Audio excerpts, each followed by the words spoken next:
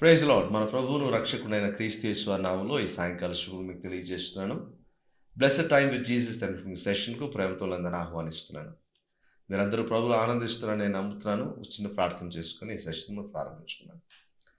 బహోన్నతుడా జీవముగల తండ్రి, మీకు వందనాలు, కృతజ్ఞతాస్తుతులు, స్తోత్రాలు చెల్లిస్తున్నాను తండ్రి. ఈ సాయంకాల సంధ్యవేళ మరొకసారి మీ నామాన్ని ధ్యానించుకునే భాగ్యాన్ని మీరు మాకు అనుగ్రహిస్తున్న విధాన్ని బట్టి మీకు స్తోత్రాలు చెల్లిస్తున్నాను తండ్రి. గడిచిన వారమంతా మీరు సురక్షితం రెక్క నీళ్ళ మూల భద్రపరిచినందుకు మీకు స్తోత్రాలు చెల్లిస్తున్నాము. మరొకసారి మీతో ఒక చక్కటి సమయాన్ని గడపాలని ఆశపడుతున్నాము. ఈ సమయాన్ని మాకు దీవెనకరంగా, మీకు మహిమకరంగా మలుచుకోండి. మీ వాక్కును మాకు సూటిగా, స్పష్టంగా, అర్థమగు రీతిలో బోధించండి, నేర్పించండి. మరి చక్కగా మీరు ఆరాధించే భాగ్యాన్ని మాకు దయచేసి నడిపించండి. మమ్మల్ని మీ దయగల రక్షణ స్థలకు అప్పచెప్పుకుంటూ యేసుక్రీస్తు వారి నామములో అడివేడుకుంటున్నాం తండ్రి. ఆమేన్. Praise lord. ప్రభుని స్తుతిద్దాం, ప్రభుని గణపరుద్దాం. మనం ఏమైనామో అది కేవలం దేవుని కృపను బట్టి మాత్రమే అని చెప్పడానికి ఎటువంటి సందేహం లేదు. మీరు కూడా ఈ మాట నాతో పాటు నమ్మితే ప్రభుని స్తుతిద్దాం, ఆయన కృపను బట్టి ఆయనకు కృతజ్ఞతా స్తోత్రం చెల్లిద్దాం. ఎందుకంటే మనం పిలిచిన దేవుడు, మనల్ని ముట్టిన దేవుడు తన కృప ద్వారా మనల్ని బలపరుస్తూ మనం నడిపిస్తూ ఉన్నాడు అన్నమాట ఎంతైనా నమ్మదగింది. ఆమేన్. ప్రభుని స్తుతిస్తూ గణపడతాం. అందరికి వచ్చిన పాట అందరు కలిసి పాడదాం, ప్రభుని స్తుతిద్దాం.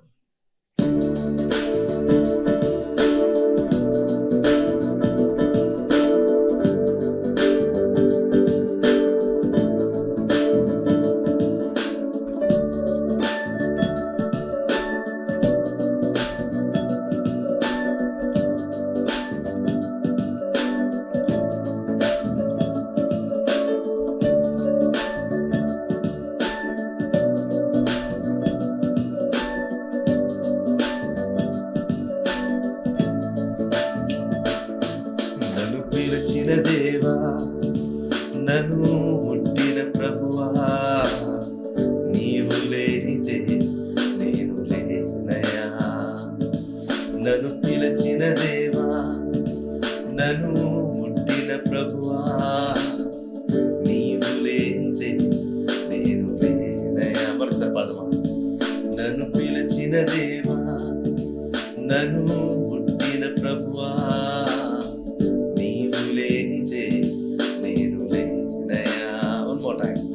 నన్ను పిలిచిన దేవా, నన్ను ముట్టిన ప్రభువా, నీవు లేనిదే నేను లేనయా. నే జీవించున్నది నీ కృప, ఎదిగించున్నది నీ కృప, హెచ్చించున్నది నీ కృప మాత్రమే. నే జీవించున్నది నీ కృప, ఎదిగించున్నది నీ కృప, హెచ్చించున్నది నీ కృప మాత్రమే. నీ కృపయే కావలెను, నీ కృపయే చాలు. నీ కృప లేకుంటేనే నేనేమీ లేనయ్యా. నీ కృపయే కావలెను, నీ కృపయే చాలు. నీ కృప లేకుంటేనే నేనేమీ లేనయ్యా. యేసయ్యా, నేనని చెప్పుటకు నాకేమీ లేదు, సామర్థ్యం అనుటకు నాకని ఏమీ లేదు. నేనని చెప్పుటకు నాకేమీ లేదు, సామర్థ్యం అనుటకు నాకని ఏమీ లేదు. అర్హతే లేని నన్ను హెచ్చించినది నీ కృప, అర్హతే లేని నన్ను హెచ్చించినది నీ కృప. నీ కృప లేకుంటేనే నేనేమి లేను, నీ కృప లేకుంటేనే అసలు లేను.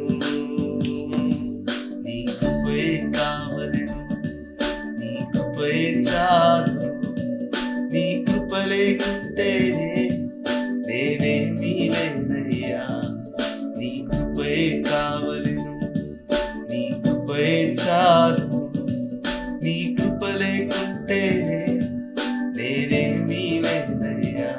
యేసయ్యా, చెప్తున్నాం ఈ మాట విశ్వాసంతో. ప్రభువా, నిజంగా నీ కృప లేకపోతే నేనేం లేనయ్యా.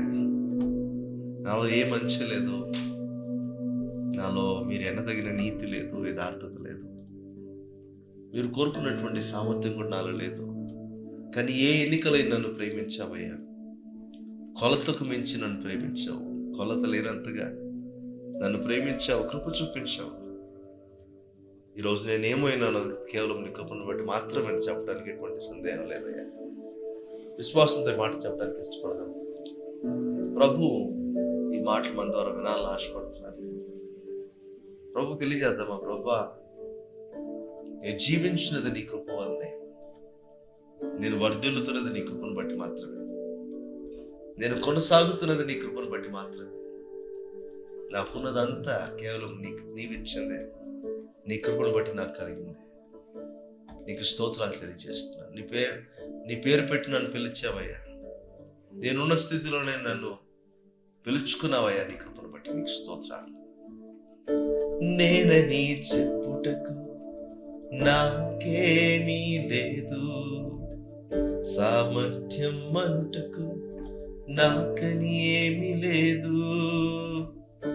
నేనని చెప్పుటకు నాకేమీ లేదు, సామర్థ్యం అంటకు నాకని ఏమీ లేదు. అర్హతే లేని నన్ను హెచ్చించినది నీ కృప, అర్హతే లేని నన్ను హెచ్చించినది నీ కృప. నీ కృప లేకుంటేనే నేనేమి లేను,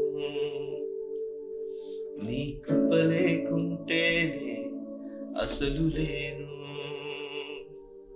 నీ కృపయే కావలెను, నీ కృపయే చాలు, నీ కృప లేకుంటేనే నేనేమీ లేదయ్యా.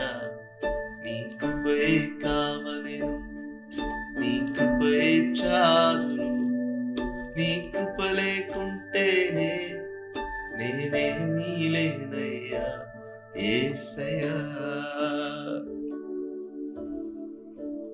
నన్ను పిలిచిన దేవా నీకు స్తోత్రాలు.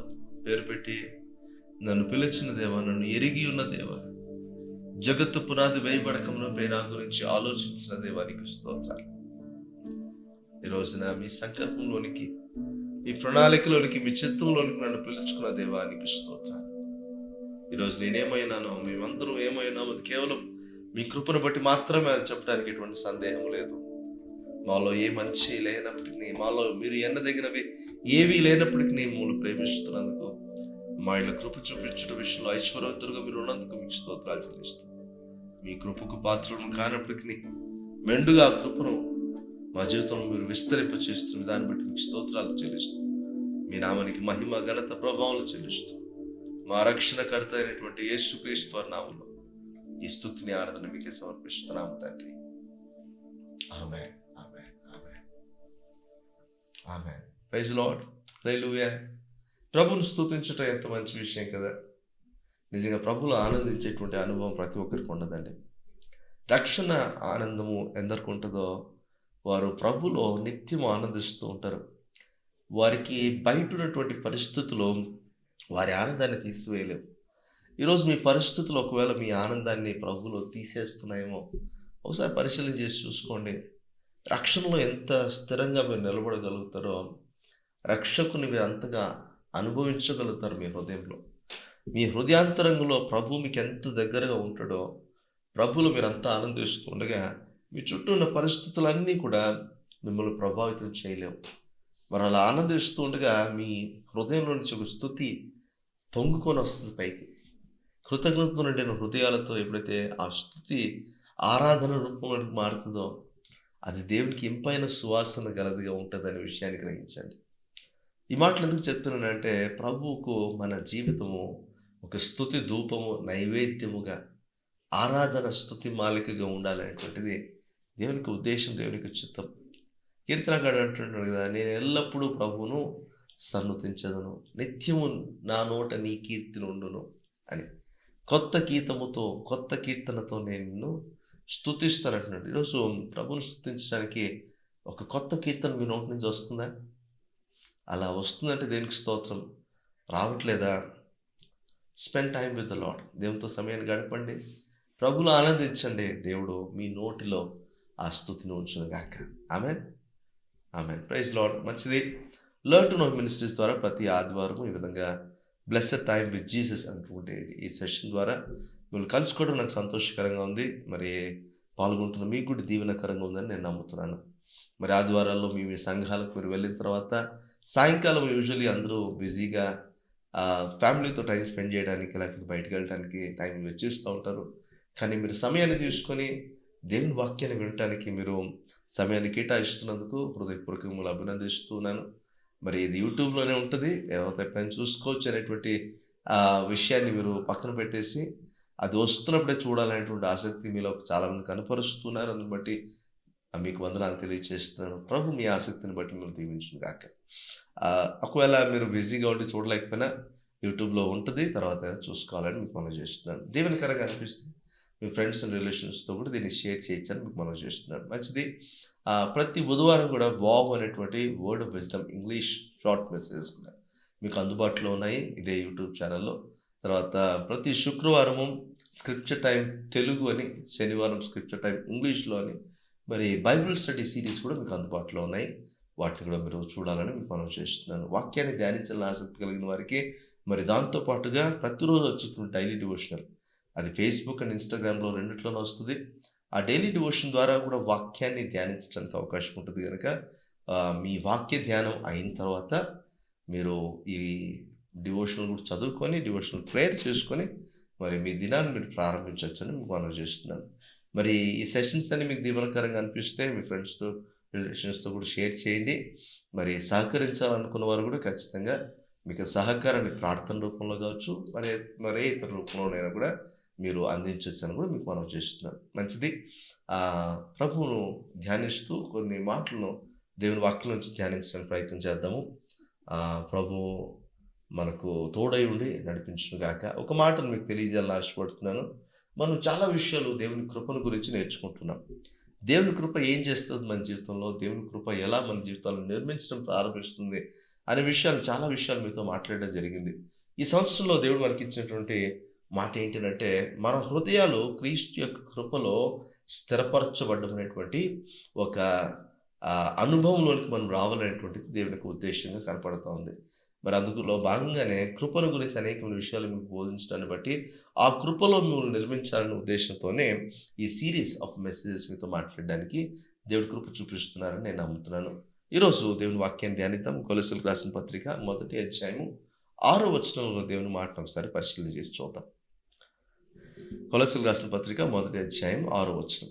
ఈ సువార్త సర్వలోకములో ఫలించుచు వ్యాపించుచున్నట్టుగా మీరు దేవుని కృపను గూర్చి విని సత్యముగా గ్రహించిన నాటి నుండి మీలో సైతము ఫలించుచు వ్యాపించుచున్నది.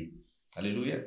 దేవుడి ఈ మాటలు మన వెనుకల్లో దీవించి ఆశీర్వదించును గాక. దేవుని కృప మన జీవితంలో ఫలభరితమైనటువంటి ఒక జీవితాన్ని జీవించడానికి సహకరిస్తుంది అన్నమాట ఇక్కడ స్పష్టంగా ఈ వాక్య భాగం నుంచి మనం చూడొచ్చు.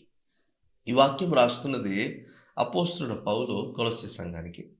కొలొస్సీ సంఘము ప్రాముఖ్యంగా ఏథెన్స్ నగరానికి దగ్గరలో, తర్వాత గ్రీసు దేశస్తులు ఎక్కువగా నివాసం ఉండేటువంటి ఒక పట్టణం అని చెప్పచ్చు. అలాంటి పట్టణంలో గ్రీసు దేశస్తులు అనేటప్పటికీ వారు జ్ఞానం విషయంలో, మరి తర్కం విషయంలో వారు ఎంతో ప్రాధాన్యత వహించేటువంటి వారు. మంచి ఫిలాసాఫికల్ మైండ్ సెట్ ఉన్న వాళ్ళు అక్కడి చాలామంది మనకు కనపడతారు. గ్రీసు దేశం అనగానే ఒక ఫిలాసఫీ ఎక్కువ మనకు అక్కడ కనపడుతుంది. ఎంతో జ్ఞానం కలిగిన వారు అక్కడ ఉంటారు అని చరిత్ర కూడా మనకు చెప్తా ఉంది. అయితే అట్టి జ్ఞానం కలిగిన వారి మధ్యలో కొంతమంది యూదులు కూడా అక్కడ ఉండడం మనం చూస్తున్నాము. ఆ యూదులు ఎక్కడెక్కడైతే యూదులు ఉంటారో వారు ఒక కమ్యూనిటీగా ఫామ్ అయిపోయి వారు సమాజ మందిరాన్ని ఏర్పాటు చేసుకుంటారు. ఓకే, యూజువల్గా మీరు చూస్తే కొన్ని కమ్యూనిటీస్ ఎక్కడ ఉంటారో వాళ్ళకి తగినట్లుగా అక్కడ కొన్ని విషయాలను వారు సెట్ చేసుకుంటారని మనకు తెలుస్తుంది కదా.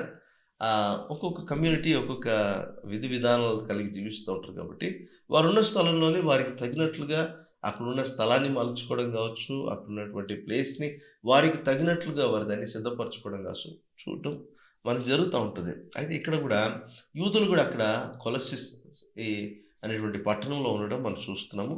ఆ కొలస్సీ పట్టణంలో జ్ఞానులు ఉన్నారు, యూతులు ఉన్నారు, మరి రకరకాల ప్రజలు అక్కడ ఉన్నారని చూస్తున్నాం. పౌలు మిషనరీ జర్నీ చేస్తూ అనేకమైన ప్రాంతాలు తిరుగుతున్నప్పుడు ఏషియా తర్వాత యూరప్ ఖండాల్లో ఆయన తిరుగుతూ చాలామందికి సువార్తను ప్రకటించినట్టుగా, చాలా చోట్ల సువార్తను వెదజల్లుతూ అక్కడ సంఘాలను స్థాపించి, అక్కడ నమ్మకస్తులైన వారికి ఆ సంఘాలను అప్పగించి అక్కడి నుంచి ఆయన ముందుకెళ్ళిపోతున్నట్టుగా, తర్వాత క్రమముగా మరి సమయం తనకున్న కొలది మరలా వాటిని దర్శిస్తూ, వాటిని బలపరుస్తూ, అక్కడున్న సంఘంలోని వారిని బలపరుస్తూ, మరి ఆ విధంగా సంఘాల్లోని ప్రజలను ఆయన బలోపేతం చేయడం మనం చూస్తాం. అయితే పౌలు కొలస్సీ సంఘాన్ని నిర్మించలేదు అని మనకు తెలుస్తుంది. ఎందుకంటే ఎపఫ్రా తర్వాత తిమోతిలో మరి కొలస్సీ సంఘాన్ని వారు స్థాపించినట్టుగా మనకు తెలుస్తుంది. ఎపఫ్రా, తిమోతిలు ఎవరంటే పౌలు శిష్యులు అని చెప్పొచ్చు. పౌలు తోటి సహకారులు అని కూడా చెప్పొచ్చు. మరి పౌలుతో కలిసి వాళ్ళు పనిచేస్తున్నప్పుడు మరి పౌలు అన్ని చోట్లకి వెళ్ళలేడు కాబట్టి పౌలు కొంతమందిని సిద్ధపరిచి కొన్ని కొన్ని ప్రాంతాలకు పంపించినప్పుడు అక్కడ వారు కూడా కొన్ని సంఘాలు స్థాపించారు. అయితే డాక్ట్రిన్ ఏదైతే ఉందో అది పౌలు బోధించేటువంటి డాక్ట్రిన్నే వీరు కూడా ప్రజల్లోకి తీసుకెళ్ళడం మనకు జరుగుతుంది.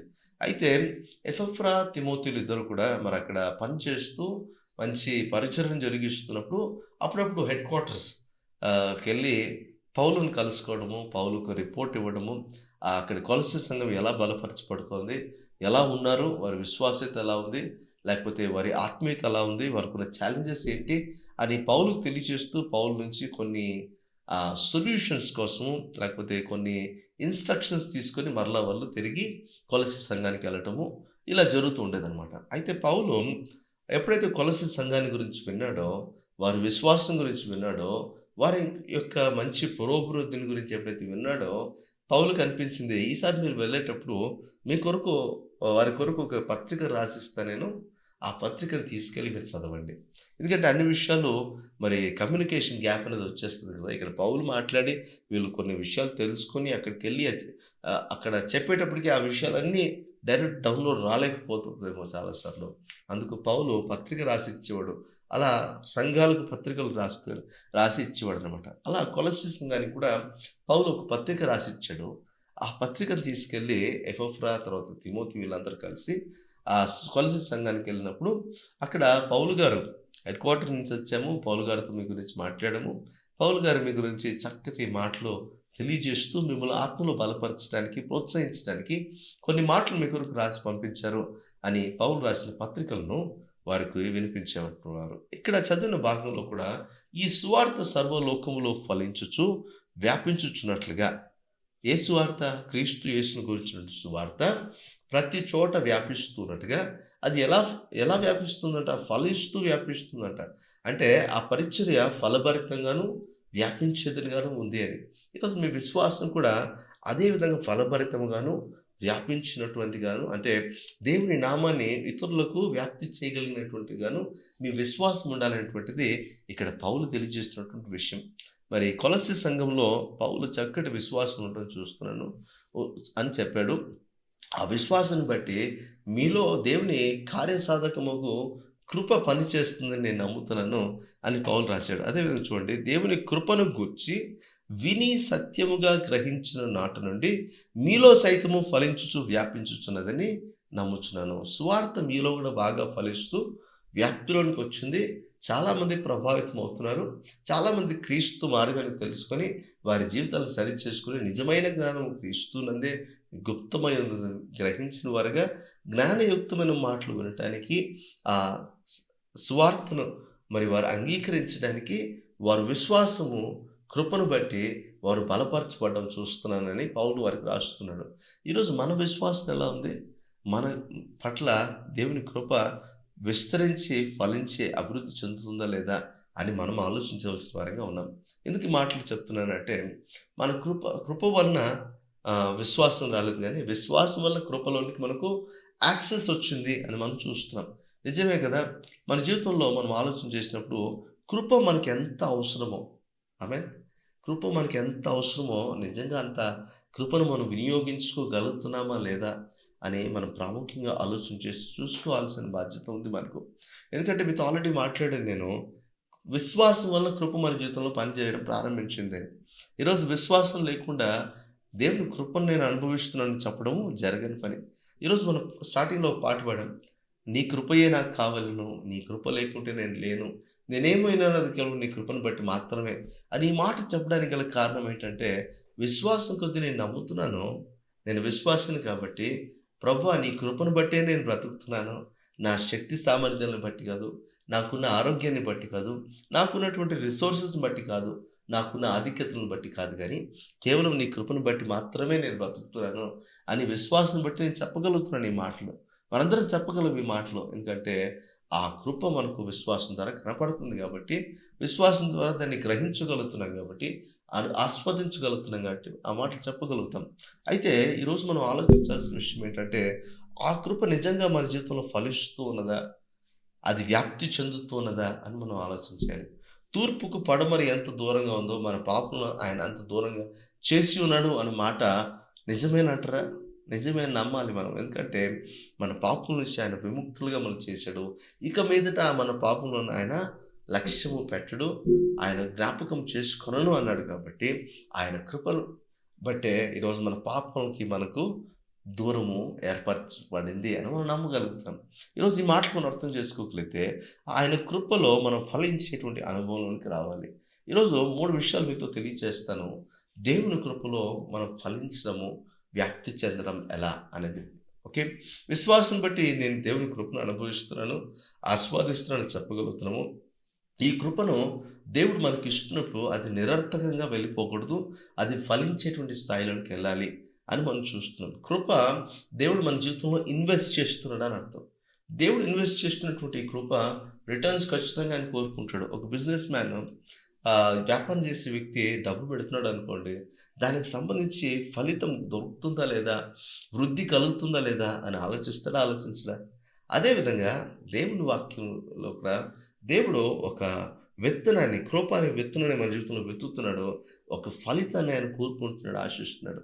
కృప విత్తడం గల కారణం ఏంటంటే, ఒకటి మనం దేవుని మార్గాలను తెలుసుకోవాలని, దేవుని ఉద్దేశాలను తెలుసుకోవాలని, దేవుని చిత్తాన్ని గ్రహించిన వారుగా దేవుడు మన కొరకు నిర్ణయించిన మంచి పనుల విషయంలో మనం ఆసక్తిని కనపరచాలని దేవుడు తన కృపను మన జీవితంలో విత్తుతున్నాడు అని మనం గ్రహించాలి మొదటిగా. ఆమేన్. ఎందుకంటే దేవుని వాక్యం తెలియజేస్తుంది, మన కొరకు సిద్ధపరిచి ఉంచిన మంచి పనుల విషయమై మనం సిద్ధపరచబడ్డానికి, మనం స్థిరపరచబడ్డానికి, వాటిని జరిగించడానికి మన బలహీనతను ఎరిగిన దేవుడు మనకు కృపను అనుగ్రహిస్తున్నాడు అని వాక్యం తెలియజేస్తూ ఉంది. ఈరోజు మనము మన కృప మనలో ఆయన మనకు ఇన్వెస్ట్ చేస్తున్న ఆయన కృప ఫలిస్తూ వ్యాప్తి చెందుతుందా అంటే, మొదటిగా ఆయన క్రియలు మనలో జరుగుతున్నాయా? ఆయన ఏ క్రియల కొరకైతే మనల్ని ప్రత్యేకించుకున్నాడో, ఏ ఉద్దేశం కొరకు, ఏ ప్రణాళికల కొరకైతే మనల్ని ఆయన ప్రత్యేకించుకున్నాడో, ఆ విషయాలు మనలో జరుగుతున్నాయా లేదా? దాని కొరకు మన హృదయం స్థిరపరచబడుతుందా లేదా? దేవుని చిత్తాన్ని చేయడానికి మనలో ఆసక్తి కలుగుతుందా లేదా? అనే విషయాలు మనం గ్రహించుకోగలిగితే, నిజంగా మనం దేవుని ఉద్దేశాన్ని బట్టి నడుచుకుంటున్నామా లేదా? అందుకొరకు దేవుడు అనుగ్రహిస్తున్న కృపను మనం వినియోగించుకుంటున్నామా లేదా? లేకపోతే నిరర్థకం చేస్తున్నామా అనే గ్రహింపులోనికి మనం రాగలుగుతాం. మొదటిగా ఈ విషయాన్ని గుర్తుంచుకోండి. రెండవదిగా ఆలోచన చేస్తే, ఆయన తన కృపను ఎందుకు ఇస్తున్నాడంటే, మనం ఒక ఫలభరితమైన జీవితంలోకి రావాలనే ఉద్దేశంతో ఆయన మనకు తన కృపను అనుగ్రహిస్తున్నాడు. ఏంటి ఫలభరితమైన జీవితం అని మనం ఆలోచన చేయగలిగితే, కృప మన జీవితంలో ఒక ఫలాన్ని తీసుకొస్తుంది. అదే ఫలం అంటారు? అది రకరకాల ఫలాలను తీసుకొస్తుంది. కృప మన జీవితంలో ఇంతవరకు పాపం చేస్తున్న మనము ఇప్పుడు పరిశుద్ధతలోనికి రావడానికి దేవుని కృప మనకు అవసరమైంది. పాపాన్ని నుంచి విడుదల కలుగజేసేది యేసుక్రీస్తు రక్తము. ఆయన కనికరాన్ని బట్టి, ఆయన దయని బట్టి మనం శిక్షకు పాత్రలం అయినప్పటికీ శిక్షించబడకుండా క్షమించబడి మనం రక్షించబడ్డాము. అది దేవుడు తన దయ ద్వారా, తన కనికరం ద్వారా చేశాడు. అయితే ఈ పాపిగా ఉన్నటువంటి నేను దేవుని నీతిని ఆపాదించుకొని, దేవుని నీతి కొరకు జీవించడానికి, దేవుని యొక్క పరిశుద్ధతలోనికి రావటానికి, ఒక పవిత్రమైన జీవితం జీవించడానికి నేను ప్రయాసపడాలి అంటే నా వల్ల కాదు. కానీ దేవుడు తన కృపను నాకు అనుగ్రహిస్తున్నాడు, నేను పరిశుద్ధత అనేటువంటి ఫలాన్ని ఫలించడానికి. అంతవరకు మూర్ఖుడిగా ఉన్నాను, ఇప్పుడు జ్ఞానం కలిగి ప్రవర్తించినట్టు జ్ఞానం అనేటువంటి ఫలం కూడా నాలో కలుగు చేయడానికి దేవుని కృప పనికొస్తుంది. ఇంతవరకు మనుషుల్ని సరిగ్గా నేను అర్థం చేసుకోలేకపోతున్నాను, ఇప్పుడు అర్థం చేసుకోగలిగిన కృప దేవుడు నాకు ఇస్తున్నాడు. ఇంతవరకు మనుషులను ప్రేమించలేకపోయాను, ద్వేషించాను, మత్సరపడ్డాను. ఇప్పుడు మనుషులను ప్రేమించేటువంటి స్వభావంలోనికి వెళ్తున్నాను. దేవుని కొరకు ఫలించేటువంటి అనుభవంలోనికి దేవుని కృప ద్వారా మనం ప్రవేశిస్తున్నామనే విషయాన్ని గ్రహించాలి. ఈరోజు ఒక చెడ్డగా ఉన్నటువంటి నన్ను దేవుడు మంచివాడిలాగా మారుస్తున్నాడంటే, మరి మంచి ఫలం నాలో కనపడితేనే కదా దేవుని కృప నాలో కార్యసాధకమైంది. కాబట్టి ఈరోజు ఆ కృపను బట్టి మంచివాడిగా నేను మార్చబడ్డాను అనేటువంటి ఒక ఒక ఒక అండర్‌స్టాండింగ్‌లోకి నేను రాగలను. ఈ అవగాహనలోకి ఎవరైతే వస్తారో, దేవుని కృప మనం ఫలించాలి అని కోరుకుంటుంది కాబట్టి, దేవుడు మన కొరకు విస్తారంగా తన కృపను విడుదల చేస్తున్నాడు కాబట్టి, మనం ఆలోచించాలి, నిజంగా నేను ఫలిస్తున్నానా? నిజంగా మంచి ఫలమును ఫలిస్తున్నానా? కాని ఫలమును నేను ఫలిస్తున్నానా? అని నేను ఎప్పటికప్పుడు ఆలోచించుకుంటూ ఉండాలి. ఇలా నేను ఆలోచించట్లేదనుకోండి, దేవుని కృపను సరిగ్గా నేను వినియోగించుకోవట్లేదని అర్థం. దేవునికి తెలుసు మన బలహీనతలు. దేవునికి తెలుసు మనం ఎలా తప్పిపోతూ ఉంటామో. కానీ దేవుని కృపను అనుగ్రహిస్తూ ఒకటి పడిపోకుండా, తప్పిపోకుండా నిలబెడుతున్నాడు. స్థిరపరచాలంటే ఫలం ఉండాలి. ఇప్పుడు ఏదైనా చూడండి, ఒక పేపర్ అలా పెట్టారు టేబుల్ మీద. టేప్ ఫ్యాన్ ఆన్ చేస్తారు. ఆ పేపర్ అక్కడే ఉంటదా? ఉండదు.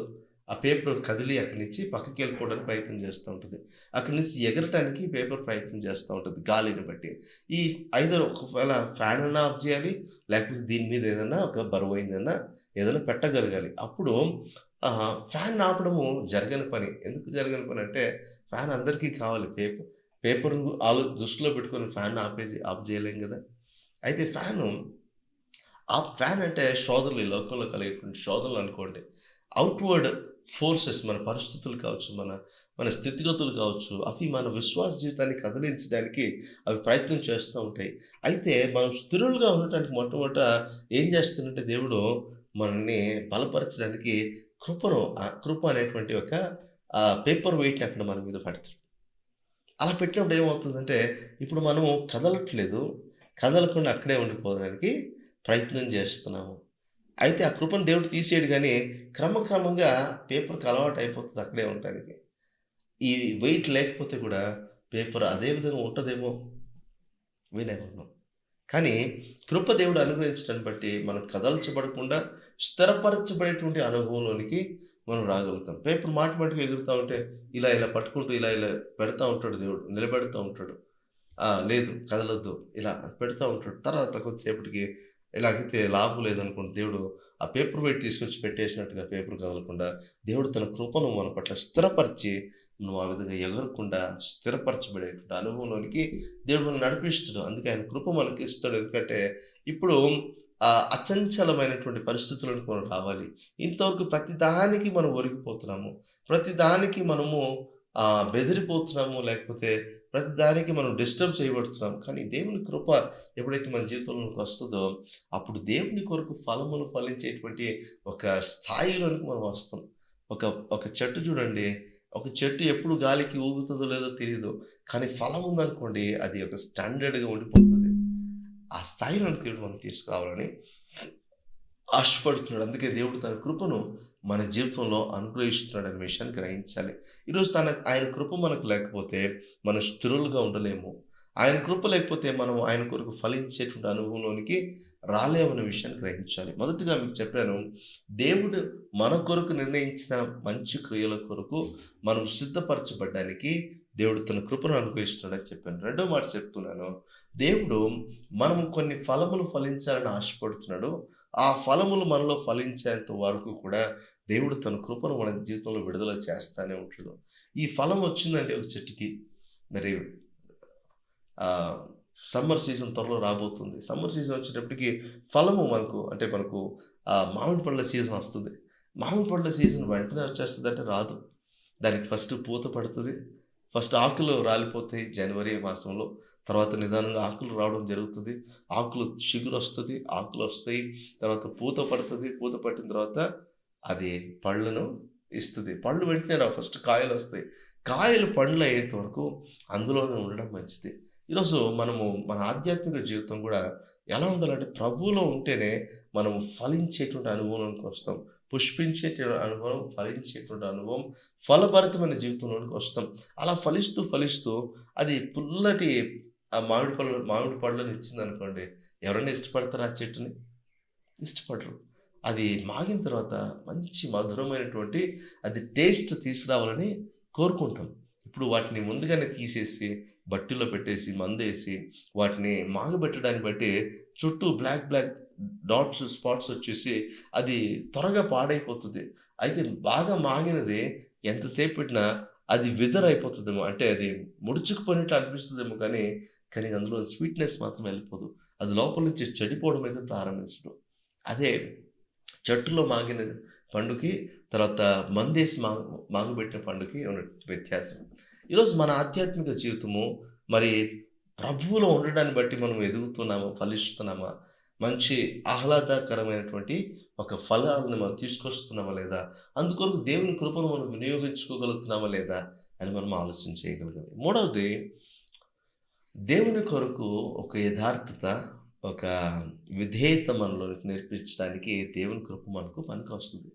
దేవుని కృప ఎందుకు మన జీవితంలో ఆయన అనుగ్రహిస్తున్నాడంటే, విధేయత కలిగి మనం నడుచుకోవాలని. దేవుని కృప మనకు ఎందుకు అనుగ్రహిస్తున్నాడంటే, మన జీవితంలో దేవుని కొరకు ఒక ఒక యథార్థమైనటువంటి హృదయం కలిగి, భక్తి శ్రద్ధలతో ఆయన సేవించాలనేటువంటి ఒక దృక్పథంతో దేవుడు తన కృపను మన జీవితంలో విడుదల చేస్తూ ఉన్నాడు, అనుగ్రహిస్తున్నాడు. ఈరోజు ఆ కృప మన జీవితంలో పనిచేస్తుందా లేదా అని మనం గ్రహించాల్సింది ఎలా అంటే, దేవుని మాటకు లోబడేటువంటి తత్వం మనలో కనపడుతుందా లేదా?